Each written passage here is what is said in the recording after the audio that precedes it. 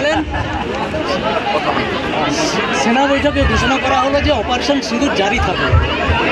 এটা নিয়ে মন্তব্য আমরা করব না। আমাদের সেনাবাহিনী এবং ভারতবর্ষের সরকার, প্রধানমন্ত্রী যে সিদ্ধান্ত নেবেন আমরা ভারতবাসী হিসেবে সবাই সেটার সাথে থাকবো, সমর্থন করব, দায়িত্ব পালন করব।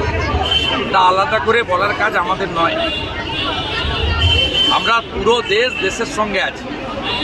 140 কোটি জনগণ ইন্ডিয়ান আর্মি এবং প্যারামিলিটারি ফোর্সের সঙ্গে আমরা দাঁড়িয়ে আছি।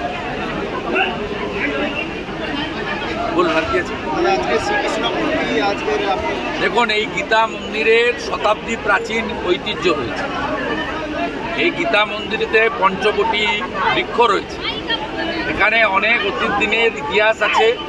নন্দীগ্রামের ইতিহাস যারা লিখেছেন সেই ইতিহাসের বইতে ছত্রে ছত্রে গীতা মন্দিরের কথা উল্লেখ আছে।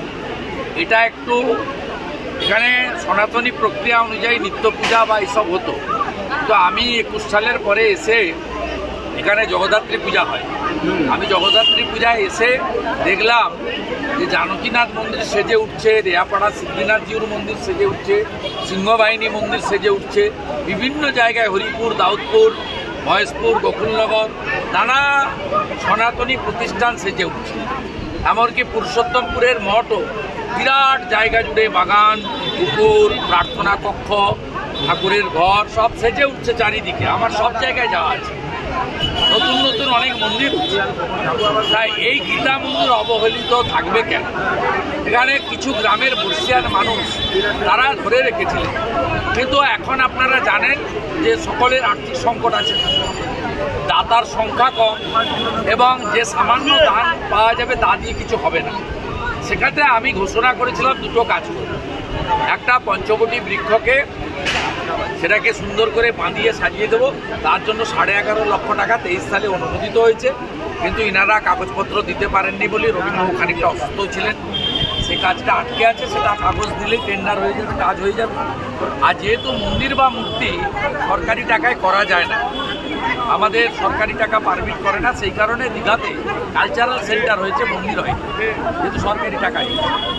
সেই জন্য এখানে মন্দিরের রিপেয়ারিং তারা নিজের অর্থে করেছেন, আর 2,20,000 টাকা দিয়ে ওনাদের চয়েস করা এটি 3.5 ফুট উঁচু রাজস্থান মার্বেলে ভগবান শ্রীকৃষ্ণের একটি অপরূপ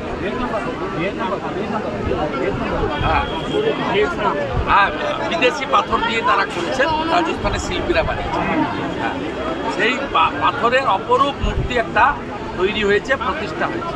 আজকে একটি বিশেষ অনুষ্ঠান করে প্রায় সহস্রাধিক সনাতনীদের উপস্থিতিতে আমরা আরতি করে ঠাকুরকে সেখানে প্রতিষ্ঠাটাকে মানুষের কাছে প্রচারিত করলাম, যাতে সবাই আসে।